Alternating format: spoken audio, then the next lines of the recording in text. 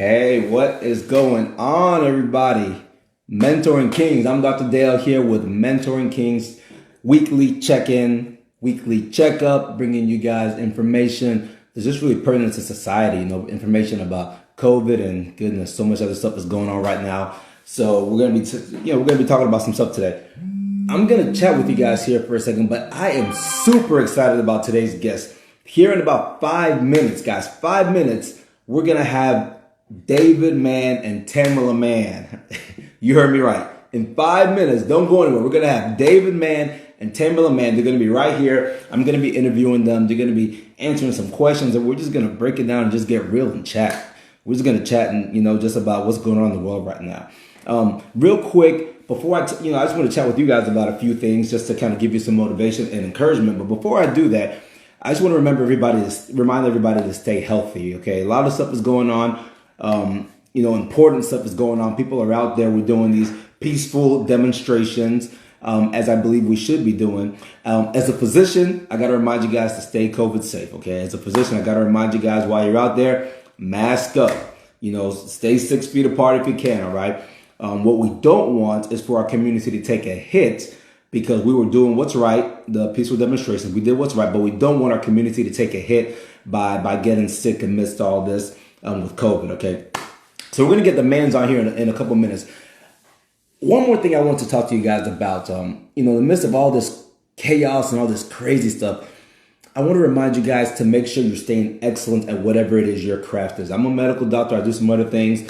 If you're a filmmaker, if you're a writer, I just want to remind you guys to stay excellent at that because so much is going on that we have to focus on. We have to pay attention to George Floyd. We have to pay attention to Ahmaud Arbery. We have to pay attention to those things. We have to be active. We have to engage to make sure that our community gets justice, right? That these things don't just go on and we keep on suffering, right? We have to do that. At the same time, I want to remind you guys, let's stay excellent at whatever it is we do. And let me tell you why, okay? Let me tell you why. Don't dismiss me. Let me tell you why. Stay with me. We have to stay excellent at everything we do because that's how we gain more power and more strength in society, right?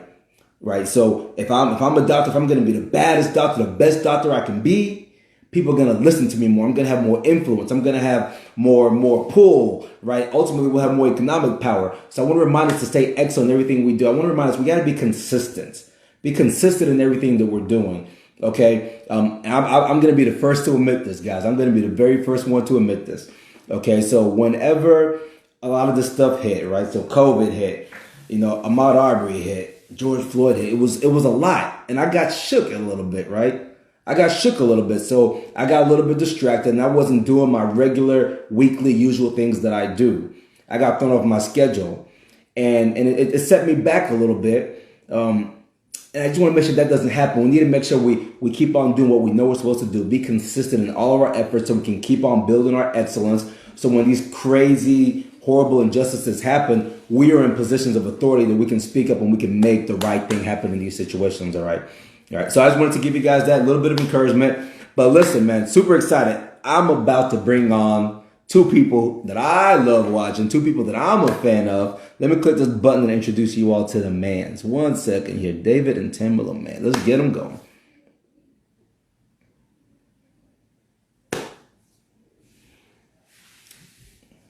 All right. Super excited, you guys.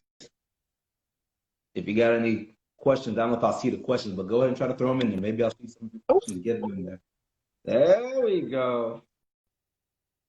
Oh, lost them. Had them for a second, lost them. Had me excited. Let's see if we can get them back on here.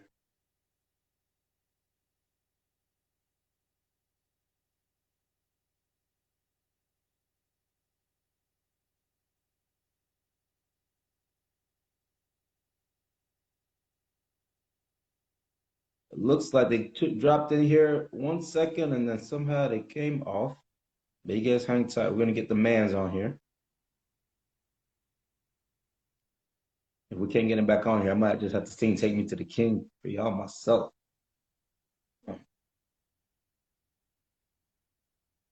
But while the team is working on getting them back on, again, I'm just going to tell you guys. So again, I'm a medical doctor, and I'll give you guys a glimpse in terms of how we view all this social justice. stuff that's going on right now. So there's some organization. There's a really good organization started a few years ago. It's called White Coats for Black Lives. And here we go. Let's get them back on here. David and Tamela. I'll tell you guys that on the back end. Let's get the Manns on here. That's why I'm here. So I want to talk to David and Tamela Mann. There you go. Hello. Hey. David and Tamela Mann, how are you? Welcome. We're good. How about yourself? I'm super excited, man. Super excited, man. Well, we're happy to be with you. How you doing tonight? I'm doing great, man. Words can't express my joy to see you all, and just seeing your faces brings encouragement to me in my life and enthusiasm. So I'm excited, man. You guys are icons in the community. Well, thank you so much. Just trying to do our part. Hey, everybody! I see hands waving. Hey, everybody! Good evening. Good evening. Happy Thursday. Yeah. So all these people are here to hear from you guys. So let me just hop right in, and it's a lot, man. It's been a lot these past few weeks. That's an understatement. That's definitely an understatement. So I'll just open it with that, and I just want to get your immediate thought, your immediate reactions. COVID, Ahmaud Arbery, George Floyd. Tell me, what's on your mind? How are we processing all this? You know, as a lot.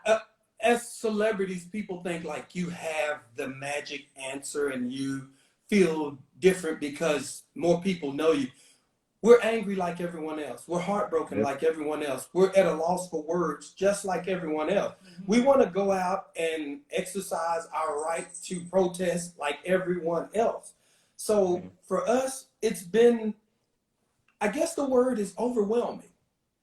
Because you think like we're moving one way and it goes a total different way. It goes south. And so, you know, quite honestly, like I shared with her the other day, I'm angry. I'm angry just like the rest of the world. I told her my exact words is, I'm pissed off. I'm pissed off that we watch on video a man die right there in broad daylight.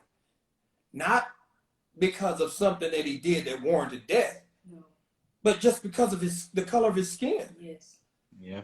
You know, and it's all been overwhelming, and even with the young lady, not to cut you off, but the young lady, for them I can understand you looking for somebody, but for you to just go in and just fire off that many shots to someone that's unarmed, to take her life, and I mean, she didn't have nothing to do with any of that, but she's out of here. You know, it's like her family is without her. Right. To me, it's like really foolish, and when we were talking about it the other day, I called it was a modern day lynching without a rope. That's exactly what happened. And it's sad that, you know, I'm praying and crying out to God, you know, for my black men, my husband, my son, my grandson, my son-in-laws, my grandsons, my nephews, which are all black. So what am I supposed to do? It's like, it's like, it makes me nervous. I can't go on every trip when they pull out of the driveway. It's like, maybe if I'm with them, I can, you know, we can save them. But it's sad that I'm in fear for my own life as a woman. Yeah. It's just as bad for women. Yeah, exactly. Exactly. And this is America. It's like, should this be going on again? Have we gone back to the 50s and 60s?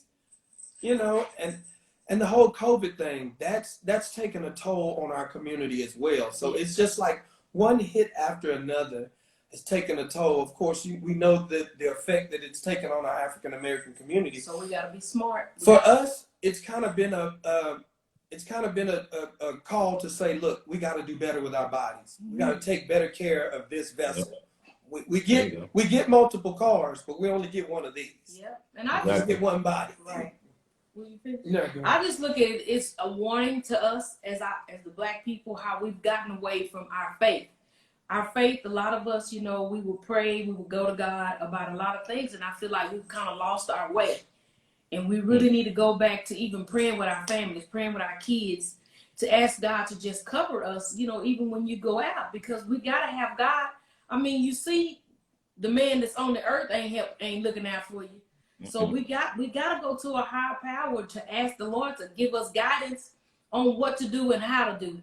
Right. And you know, it's just really it's heartbreaking that we have to suffer like that. I'm like, what is it? I mean, but we got to pay attention. We got to glove up, mask up, and not be foolish about this thing. Washing our hands, being very protective of our, like his mom, it's like he's keeping her in undercover. I got her wrapped in bubble wrap. So it's like he's barely letting Bubble her wrap with out. lights all on it. Right. But you know, with pre-existing conditions, we have to really be careful of our seniors, but even of ourselves, because this can happen to anybody. Your age don't matter, y'all. They saying that, but young people have died as well. COVID-19 has leveled the playing field. It don't care if you're rich, poor, black, white. It has leveled the playing field. That's right. It can get anybody. That's right. I will tell you, man. Yeah, it might getting us more than others, though. It is. I'm saying it is. It is getting us more than you're right. It is. Yes. But that's why we have to be smart about it, Doc. We got to be smart about it. Yeah. So how are you all dealing with all this? I know you're upset. I know it's frustrating, but how are you coping with it from a mental health standpoint, a stress standpoint? How do you deal with this? We have to admit it got us. Look, she's looking at me because the other day it really got to us. Because it's just like it was one thing after another. Yeah, and then like the family blow up. You know, we used to all talking amongst ourselves and different things, and we telling everybody, yes, we care about the ones who, I care about the ones who tearing up. I don't want you to tear up, but I want the ones who are trying to make a point. Let's make a point so we can come together as a people, but we can't just go to tearing up things without making sure, you know, it's like we have to have a goal. We got to have a plan. Right. And you know, the other day, it got overwhelming to the point to where she just said, let's just get in the car and take a ride. That was our place of peace, where we just got in the car, just took a ride, try to decompress from TV, from the news. It's not that we didn't want to talk about it, it's that we didn't want to deal with it. We just needed a quick second away from it. So once we came back to war, to fight for, you know, the rights of our people, we would be refreshed. Right. Exactly. I don't want to say the wrong thing, because you know, out of flesh, you know, you get mad, and you know, too. That's what I was praying about our black men in fear. That it's like y'all have a fear in y'all. I mean, you know, I know God hasn't given us a spirit of fear, but it's like fear can actually make you do several things. Right. It can make you tear something up. It can make you hurt somebody. While you're trying to protect yourself. So it's like it can go so many different ways when you're afraid, because you're afraid for your life, and it's like you just fight back. And I just wanted to have the right mindset. It's like when he said we took time off to go to I said, just let me just not think about it for a second, so I can even come back to explain and talk to my kids about it, the grandkids about it, so we can understand how to make, hopefully we're going to make it better. So I was going to ask you about the two of you have been married for 32 years, I believe, around there. Yes. And so you have kids, grandkids. How are you delivering these messages to your grandkids? Is kind of what I'm really interested in knowing here. You know, do they understand what's going on? The constant stuff going on doesn't make it easy to talk to them about it. But we have to find creative ways to let them know that everybody doesn't have that mindset. And kind of I think one of the best ways is to take them back and show them some history of this, and show them how it should be done, and constantly be consistent in our actions. Yeah. And just let them know that everybody doesn't have the mindset of hatred. Everybody doesn't have that same, you know, knee on the neck, you know, kind of mentality. Everybody's not that way. Yeah. Now, the angry me can say a different way now. Look, this is what we gonna do, you know. Let me ask you this question, because interestingly enough for me, I don't know how many people outside of the black race have reached out to me this past week. I don't know, are you guys experiencing that as well? What is your take on I hate saying this because there's not a white Christian, there's not a black Christian. I hate saying that, but what is your take on, you know, Christians who don't necessarily look like we do, and their role in this social justice? It's like, really, my thing is, because we do see out of different eyes, my thing is pray for us, that we are, you know, that we do the right thing, and that we're for guidance. Because when you get pulled over, it's a different kind of getting pulled over than when we get pulled over. Your heart may not race when you get pulled over. Our heart races when we get pulled over, like, what's about to go down. And see, we had to stop him because Dave was the type of person he get out because he know he haven't done nothing wrong. How you doing, officer? He jumps out talking to the. I mean, you can't right now. If you jump out, Right. yeah. Right. So it's like just thinking this through and just talking to different friends of ours that are of another race. It's just it's different. I think the biggest thing right now is constant dialogue. I think sometimes we can live in our bubble of privilege that we forget that there are other people, other things going on out there, and we get in our little bubble, in our little world. And I think the constant dialogue is, and not only dialogue now, but action. I was sharing with them the other day, we want to be treated as equals. Now these kids, now some of them don't care about being your equal. They want to get even with you now. They want their lick back. And I think that's what's happened is now we're at a place where the kneel that Colin Kaepernick was doing, the kneel, it didn't work. See if this will work for me. Right. And so now, because of the peaceful protests, they're not feeling that they're being heard. I think we need to come together, even in the, I'm going back to what you said, even in the Christian community, we have to have a dialogue, because even though we have the common thing of we're Christian and we want to be more Christ-like, sometimes when it comes to race, we have a different view on what's racism. We have a different view on how, why is it that you feel like, when you get pulled over, why do you have to be afraid? Huh? Do I need to explain this? It's like, so I think there needs to be constant and consistent dialogue, not just after somebody dies. Yes. We go and protest, 10 days pass, we go back to the normal thing that we've been doing. But we do want to be heard. I mean, the thing is, we want to be heard, and we want people. I mean, just do unto others as you want done unto you. You want us to treat you right. You so saved. Treat us right. You I so mean, saved. I'm just trying because, there has to be a better way. It has to be a better way. But our forefathers have set an example of standing together. I just want us to stand together as a people. And like he said, not just when this happens, but it has to keep going so we can make people understand. So my grandkids, hopefully they won't have the same fight. We've been fighting this since I've been in the world. I was talking, and you say that, I was talking to my mom who's 70, and she was crying because she was like, are we going back? Do I have to fight this again? I remember when I had to go through the back door. I remember when we were afraid, and she said, I remember all this stuff. Are we having to go back there now? And she was literally weeping, and her fear, she has 5 sons, and her fear for us, because we're strong Black men, she feared that something could happen to us because we've been taught stand up for yourself. Right.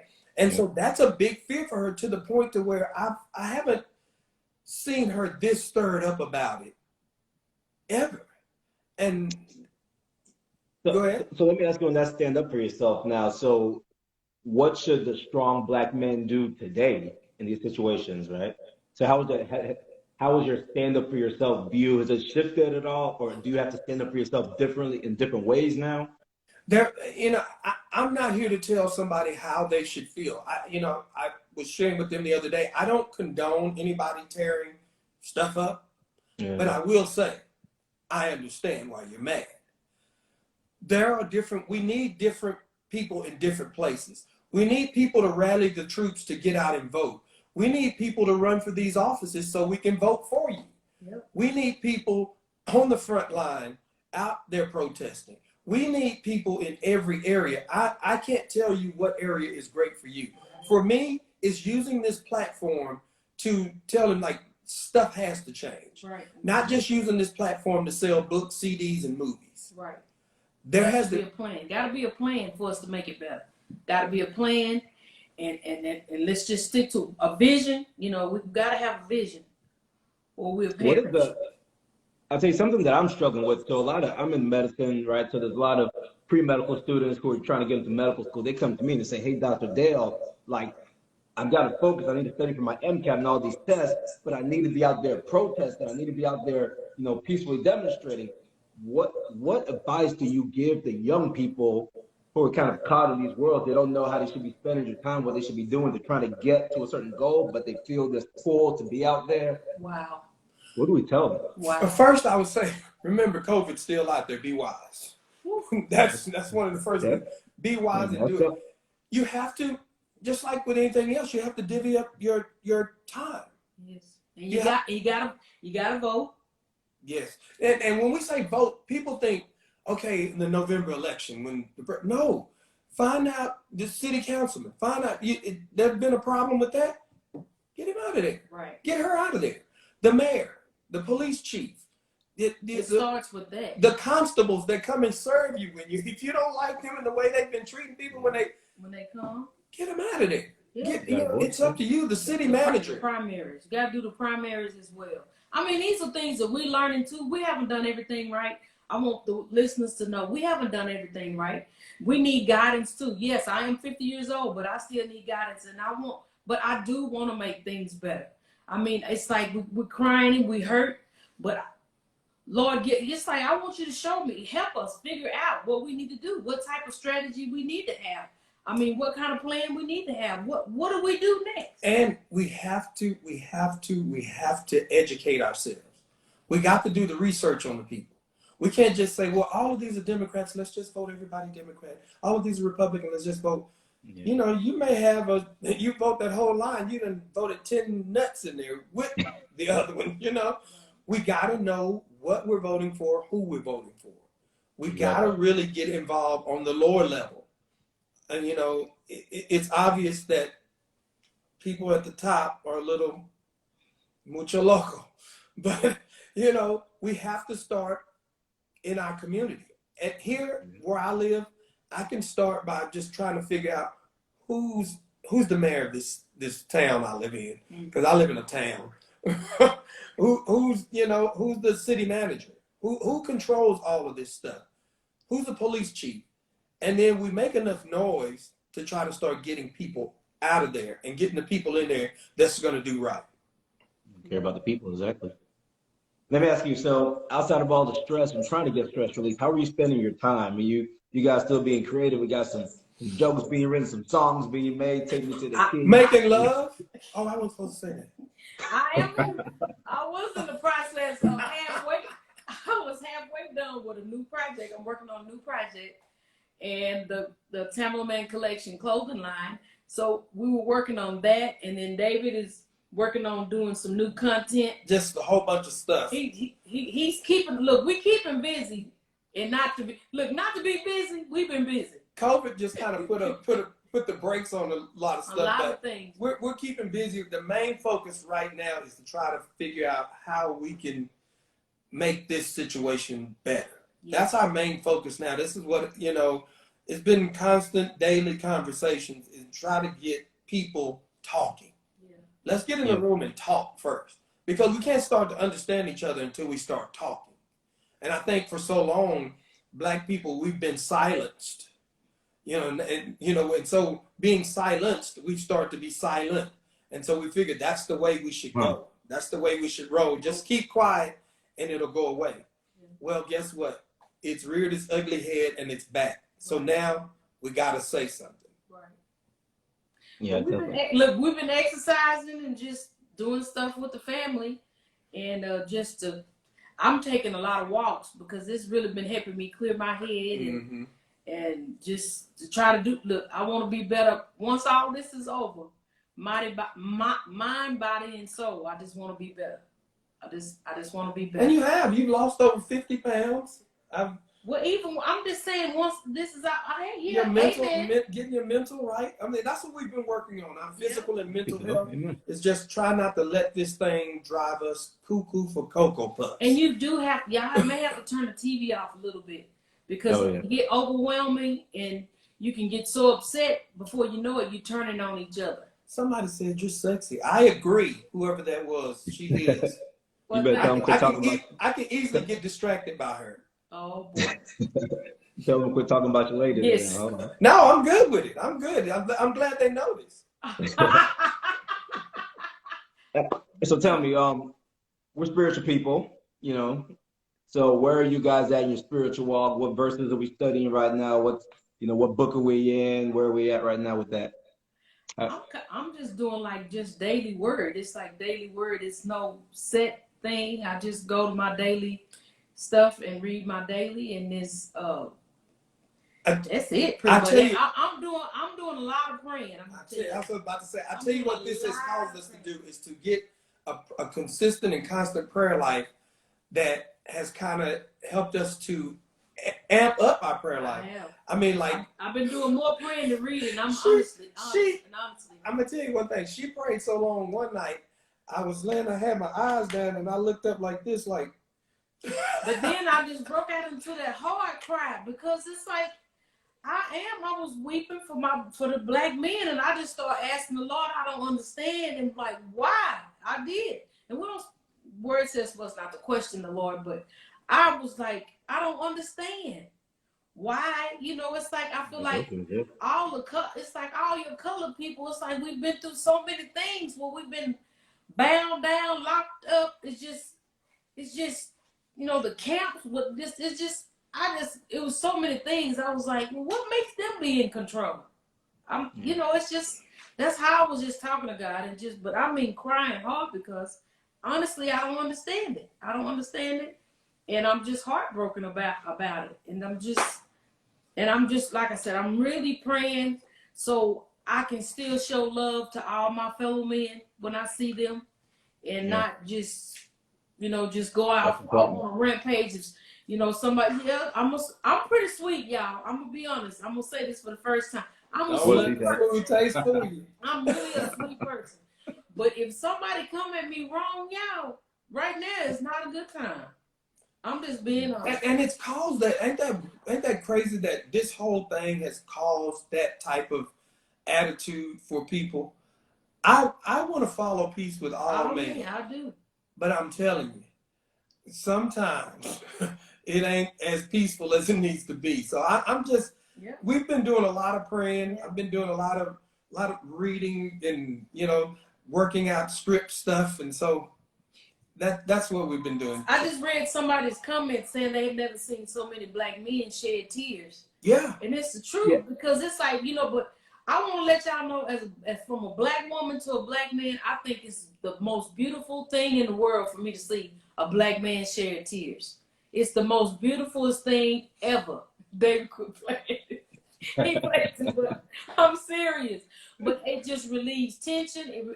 Stress off of you, and it does not make you be a weak man, or smaller man. Right. You are great. You are great. You are great in God's eyes, and you are great in Tamela Mann's eyes, because I think it's wonderful, and we all need to shed a tear every now and then. Because I don't mind crying. It keeps me from. I sure don't. It keeps me from going left. It does. It does. Let me ask you guys. Hold on, let me drop a quick plug, and then I'm gonna ask you guys another question. I know I'm keeping, but let me drop a quick plug. Oh, we got so many people on. Everybody watching, want to remind you guys, this is Mentoring King. So at Mentoring King, make sure you like, follow, tweet, hashtag everything at Mentoring King. Hit that follow button right now. The young black doctor, y'all follow now. Follow. Share. Exactly. Central City Productions, and the Mentoring King series is actually airing right now. So go to mentoringking.com so you can see what station is airing for you right now. Yeah. And so I want to ask you this question. You said so many black men are crying. What makes this particular situation different? Because this situation is different. George Floyd's situation is different. Why is this so different? I'm telling you, because it was a lynching. At the end of the day, you have that. I mean, you see, and that's sad. I'm sorry, baby. Yeah. Go ahead. We've seen so many people lose their lives with these videos. But to just see, we actually just really, honestly, we saw him die. And I think you have that last straw that eventually breaks the camel's back. That's what has happened. Now we're saying enough is enough. Listen, guys, we've tried it. We tried peace. We had a brother that was trying to kneel, for us, and we had people kneeling, and now y'all made it about, especially when leadership makes it about something else. You take the fact that somebody's kneeling and you make it about the flag. And did you forget that we're dying? Yes. Is my life more than, not worth more than the flag? And the fact that I'm kneeling just to bring awareness, and you won't hear us. And I think we're sick and tired of not being heard. We just want you to hear and know that look, and I know everybody's like, well, every life matters, but it's not every life that's being taken. And like that, someone just commented, this man calling mama. Yeah. A grown man. He was calling for his mother. I don't care who you are. You can relate to that. It's like, it gave me chills like right now. It's like, that's, how could you be so cruel? I'm about to cry. Yeah. For somebody to just, this man saying, I can't breathe. And another man standing right in front of me. All he had to do was tap that man and say, that's enough. That's enough, man. I mean, for you to stand there and see and watch him just kill him, you watched him kill him. That's what you did. So you know what? They shouldn't be able to sleep at night. They shouldn't. They shouldn't be able to sleep at night because that is very cruel for you to just take somebody's life. That's so malicious. Right. Especially when you have too many people. You have so many people on the side telling them to stop and get off of them. And stop. You got your hand in your pocket, and you can see him pushing his knee down, and his foot was his shoe was crunching from him pushing down on his leg. Yeah. I was just, it really is. Enough is enough, y'all. Something has to be done. We're at a boiling point now.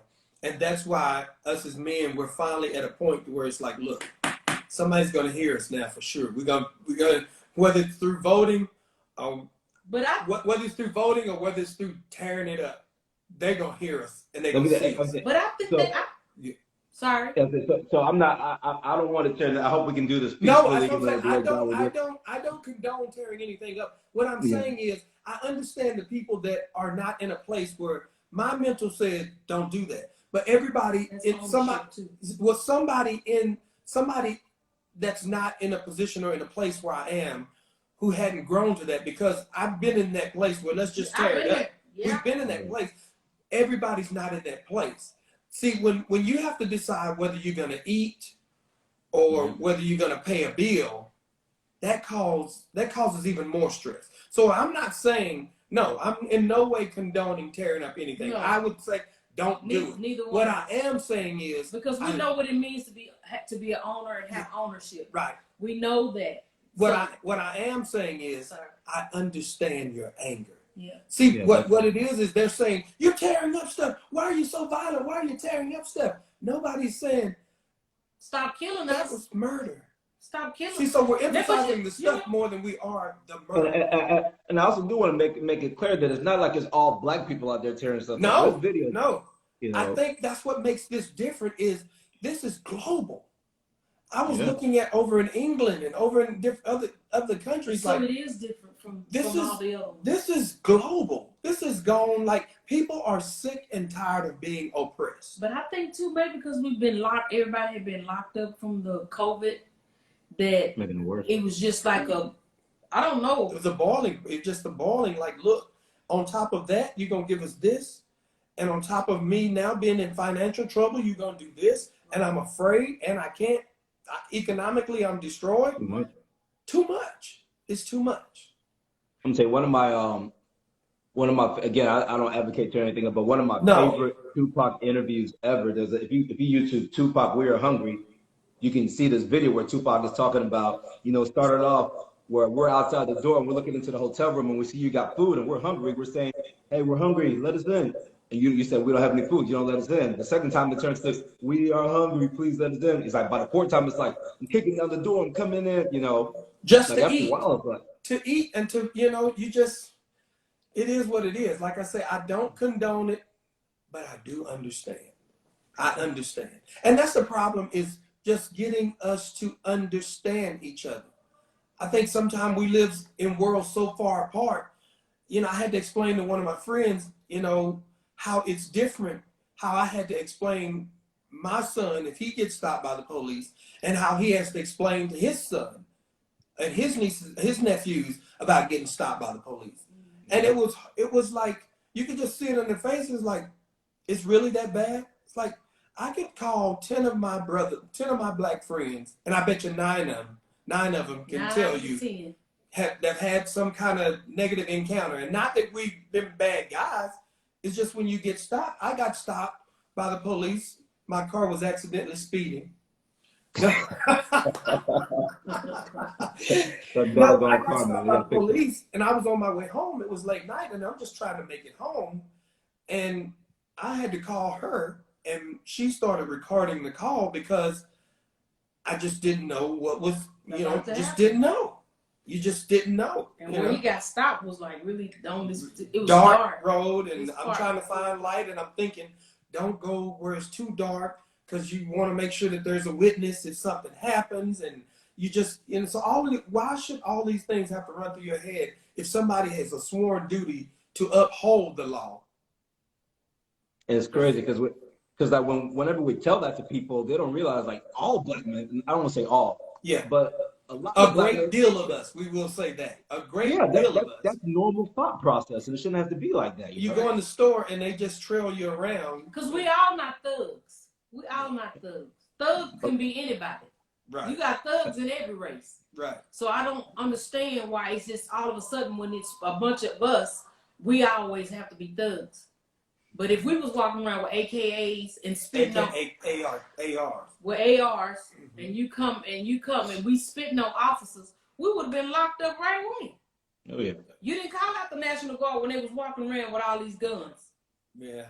So I mean, I'm just saying, see, it's change is gonna come now. yeah, but but it's like it's okay for them to have guns and they're collectors, but when we want to have guns, we thugs. Well, and she said that because everybody knows we had a reality show, and on our reality show we wanted to show how we're collectors just like our white counterparts, and the network was always like no because we don't want the negative thing. And on the same time we were had Duck Dynasty, and they showed how they collected guns, and I don't feel the name of the show. They collected and they duck hunters and they shoot, and we couldn't do it because they didn't want us to see us. It's a different life. Yeah, it was a different life for us to have guns. But so you guys ended up not showing that. No, we ended up not being able to. They voted that one out. They didn't want us to do that. And we're collectors. We're licensed. We've gone through all the proper training, but it's like got real good scores. Yeah, excellent scores, by the way. And but we couldn't because look at that. I got a good score. Yeah. But who got the better score? Him. All right. But only because that particular day that I went out of nowhere, my wrist, I had to stop and buy a band that my wrist was messed up. Okay. Is that true? I'm serious. That's a story she's gonna stick with. No, that's the truth. But that's okay though. I was up in the ranking. And the thing is, we just love people, man. We do. I love everybody. We love people. I love everybody, but I want us to be treated right though. Bottom line, I want us to be treated right because black people are some good people. We are some good people and some loving people. Oh, yeah. And I just want us to get that same respect. I want us to get that same respect that they want. I want us to give us the same respect. Amen. So I'm gonna do something real bad here. I shouldn't do this to y'all, but well, you probably shouldn't do that then. I've seen some people comment and say sing something. Yeah, you saw that? You saw it too then? You saw it too? Oh my God. Oh, and then one lady. Uh-huh. Mm-hmm. Get out. I'm in your head, I told you. God provides. Why do I worry about my life? When he comes to my rescue 1,000 times, every other voice it is a lie. God provides in ways I can't explain and can't deny. The little that we have, he'll multiply. And when we feel he won't show up on time, God will provide. He'll come through when the clouds of doubt rain down on you and test everything you thought you knew. Now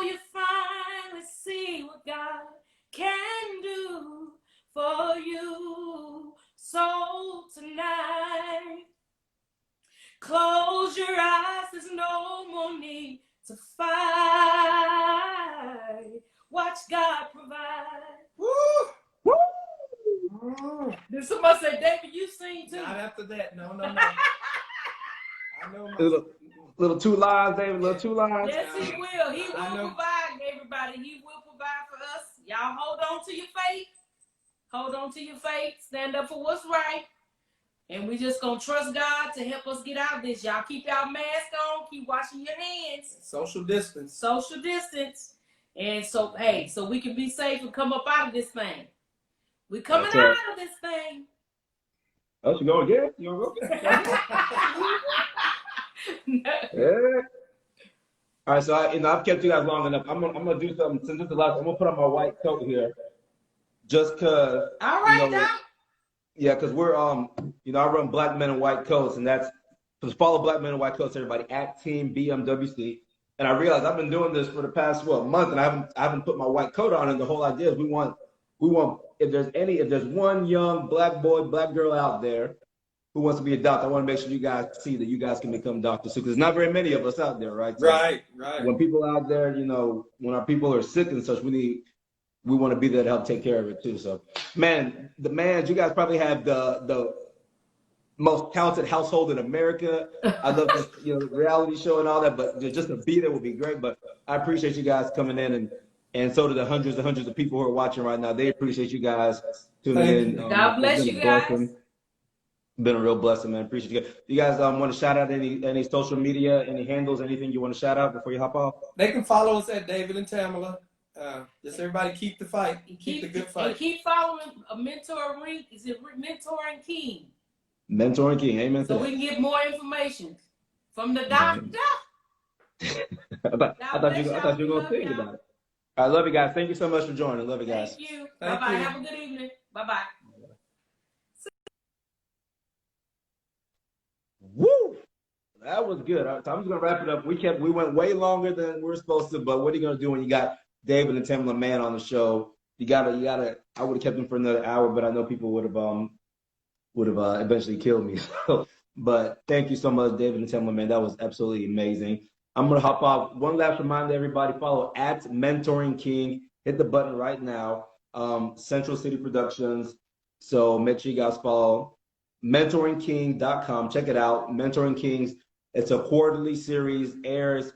It features some leaders in society and mentoring young black boys, black girls. That's what that award back there is, the Mentoring King Award. And Master P, Chris Paul, people like that, Wyclef, right? So thank you guys for joining. mentoringking.com. Check it out. Follow on Twitter, Instagram, Facebook. It's at Mentoring King. Also, make sure you follow at Team BMWC for Black Men in White Coats. Our mission is to get more black men to field of medicine. Love you guys. I see people in there saying that you're following right now. Good. Everybody follow. Thumbs up if you're following. Follow Mentoring King. Help us build this up. We're trying to change society. We want to get, more people that look like us in positions to have a great influence in society so these things can stop happening. Love you guys.